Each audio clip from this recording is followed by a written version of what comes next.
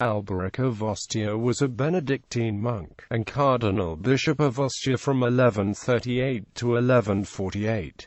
He was born at Beauvais in France. He entered the monastery of Cluny and became its sub-prior and, later, prior of St. Martin des Champs, but was recalled to Cluny by Peter the Venerable, to aid in the restoration of discipline in that famous monastery. In 1131 he was Abbot of Vezelay in the Diocese of Autun, and held that office until he was made Cardinal Bishop of Ostia by Pope Innocent II. Immediately after his consecration, Alberic went as papal legate to England. He was successful in his endeavours to end the war then raging for possession of the throne between the usurper Stephen of Blois and David I of Scotland, who had espoused the cause of Empress Matilda. He then called a legatine council of all the bishops and abbots of England, which assembled at London, December 1138, and at which 18 bishops and about 30 abbots were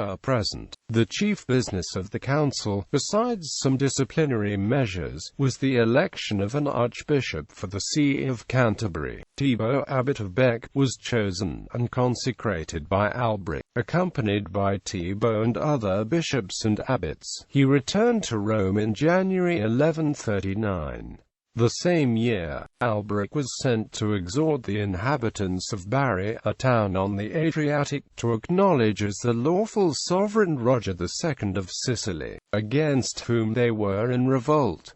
They refused, however, to listen to the legate of the Holy See, and shut the gates against him. In 1140 Alberic was appointed to examine into the conduct of Ralph of Domfront, Latin Patriarch of Antioch, in a council of Eastern bishops and abbots, at which Alberic presided. Ralph was deposed, and was cast into prison. Pope Eugene III sent Alberic to combat the Albigenses in the neighborhood of Toulouse. In a letter written at this time to the bishops of that district, St. Bernard of Clairvaux calls Alberic the Venerable Bishop of Ostia, a man who has done great things in Israel, through whom Christ has often given victory to his church. St. Bernard was induced to join the legate, and it was owing chiefly to the miracles and eloquence of the saint that the embassy was in some degree successful. 3 days before the arrival of St. Bernard,